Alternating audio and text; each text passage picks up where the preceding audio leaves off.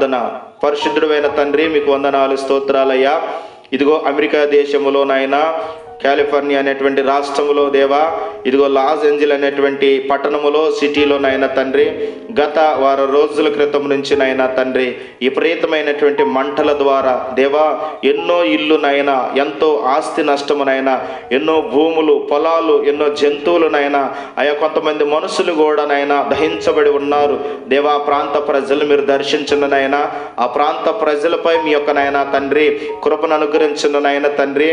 విరోధంగా బ్రతుకు నిజమే, విరోధముగా మాట్లాడినటువంటి మాటలో నిజమే, విరోధమైనటువంటి జీవితాన్ని జీవిస్తున్న జీవితము కూడా నిజమే తండ్రి. నీకు ఇష్టము లేని నాయన తండ్రి అనేకమైనటువంటి ఆచారాలు అక్కడ నాయన తండ్రి పరిగణలోనికి ఉండగా, నీ యొక్క సేవకుడుగా, నీ యొక్క నాయన పిల్లలంగా మేము ప్రార్థన చేస్తూ ఉన్నాము.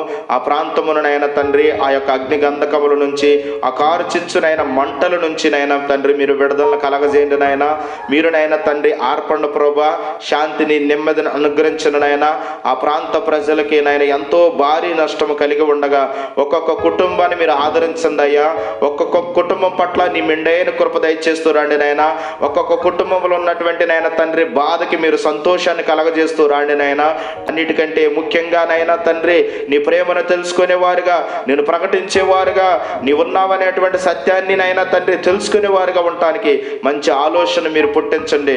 ఇదిగో నాయన ఆస్తి అక్కరగా రాదు, పేరు ప్రఖ్యాతులు అక్కరగా రావు అనేటువంటి సత్యాన్ని వారికి నాయన తండ్రి అయ్యా తెలియపరిచిన విధానమును బట్టి స్తోత్రాలు చెల్లించుకుంటూ ఉన్నాము.